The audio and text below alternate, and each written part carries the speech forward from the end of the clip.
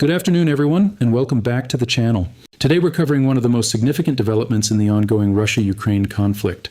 Russian President Vladimir Putin has initiated what he's calling a punishment campaign against Ukraine, following the Starobelsk attack that claimed the lives of 21 students and injured 42 others on May 22nd.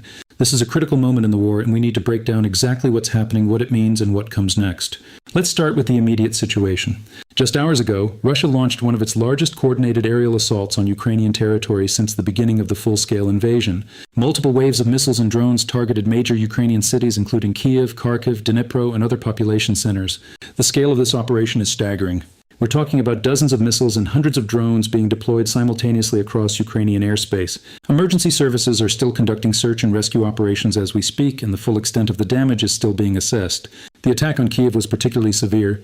Residents reported hours of continuous air raid sirens as explosions rocked the capital throughout the night.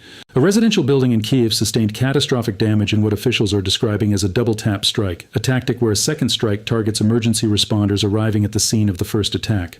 At least 20 people were injured in Kyiv alone, with fires breaking out at multiple locations including business premises, construction sites, and fuel stations.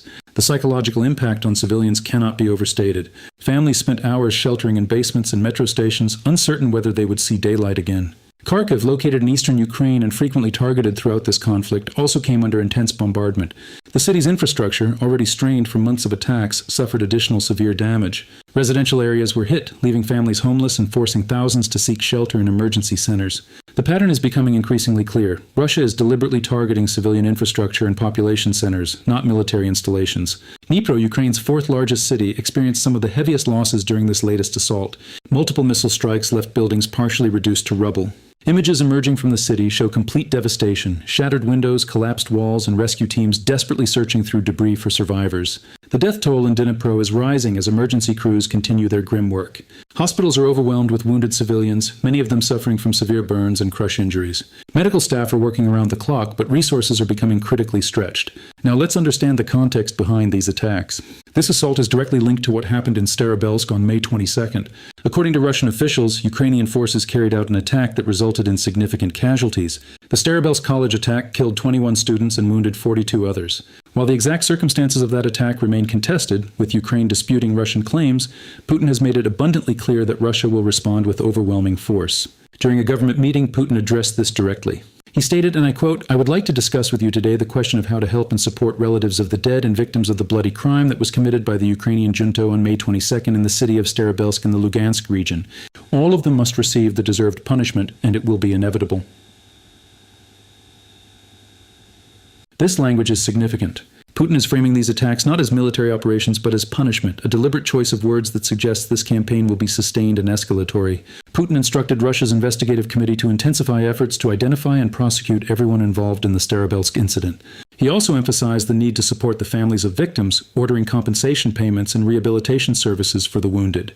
While these measures address the immediate humanitarian crisis in Russian-controlled territories, they also serve a propaganda purpose, portraying Russia as the protector of civilians while Ukraine is depicted as the aggressor. Let's talk about the scale of this operation. Russia fired approximately 90 missiles and deployed around 600 drones in the latest assault. These numbers are staggering.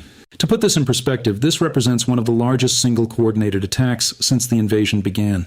The diversity of weapons used is also notable. Cruise missiles, ballistic missiles, and various drone types were all employed. This suggests Russia is using different weapon systems to overwhelm Ukrainian air defenses, which are stretched thin and struggling to intercept everything. Ukrainian air defense systems worked overtime attempting to intercept these incoming threats. Reports indicate that Ukrainian forces shot down many of the incoming missiles and drones, but not all. Some got through, and those that did caused significant damage. This highlights a critical vulnerability for Ukraine, the shortage of air defense systems. President Zelensky has repeatedly warned that Ukraine lacks sufficient air defense capabilities to protect all major cities simultaneously. The United States and European allies have provided some systems, but demand far exceeds supply. Zelensky himself warned of this attack just days before it occurred. Ukrainian intelligence detected signs that Russia was preparing a major new offensive. Zelensky publicly stated that Ukraine was bracing for a significant assault, and he was right. However, knowing an attack is coming and being able to prevent all the damage are two very different things. Ukraine's air defense assets are concentrated around the most critical targets, but this means other areas remain vulnerable. The international response has been swift. Poland, a NATO member state, scrambled its air force along with allied aircraft to safeguard NATO airspace near the conflict zone. This is a significant development because it demonstrates how the Ukraine conflict is creating tensions at the very edge of NATO territory. Any miscalculation or escalation could potentially drag NATO directly into the conflict. The presence of Polish and allied fighters in the region is both a deterrent and a signal of NATO's commitment to defending its members. Now let's analyze what this campaign means strategically. Russia's punishment strikes serve multiple purposes. First, they're a direct retaliation for the Starobelsk attack, demonstrating that Russia will respond to Ukrainian actions with overwhelming force. Second, they're designed to demoralize the Ukrainian population and weaken public support for continued resistance. Third, they're intended to damage Ukrainian military capabilities and infrastructure. Fourth, they're a message to the West that Russia will not be deterred by international pressure or sanctions. However, these attacks also reveal something important about Russia's strategic position. If Russia possessed overwhelming military superiority, it wouldn't need to target civilian infrastructure. The fact that Russia is resorting to large-scale aerial bombardment of cities suggests that ground operations are not progressing as desired. This is a war of attrition, and both sides are trying to break the other's will to continue fighting. For Ukraine, the challenge is immense. The country must continue defending itself militarily while also managing a humanitarian crisis of staggering proportions. Thousands of civilians are displaced, infrastructure is being systematically destroyed, and the psychological toll is mounting. Yet, Ukrainian resistance remains strong. Despite the bombardment, Ukrainian forces continue to fight, and the population continues to resist. The international community faces difficult questions. How much longer can this war continue? What will it take for negotiations to begin? How can the international community support Ukraine while avoiding direct confrontation with Russia? These are complex questions with no easy answers. What's clear is that we're witnessing a significant escalation in the conflict. Putin's use of the word punishment indicates that this is not a one-time operation, but the beginning of a sustained campaign. We can expect more attacks in the coming days and weeks. Russia has demonstrated the capability to launch large-scale coordinated assaults, and it appears willing to do so repeatedly.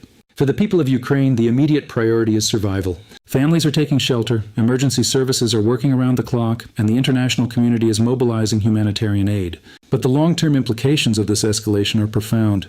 This war is becoming more destructive, more costly, and more devastating with each passing day. The situation remains fluid, and we'll continue to monitor developments closely. As new information emerges, we'll bring you updates. For now, our thoughts are with the people of Ukraine who are enduring this terrible conflict. The international community must remain engaged, supporting Ukraine's defense while working toward a peaceful resolution that respects Ukrainian sovereignty and territorial integrity. Thank you for watching. If you found this analysis helpful, please like the video and subscribe to the channel for more in-depth coverage of this ongoing conflict. Share your thoughts in the comments below, and let us know what aspects of this situation you'd like us to explore further. We'll see you in the next video.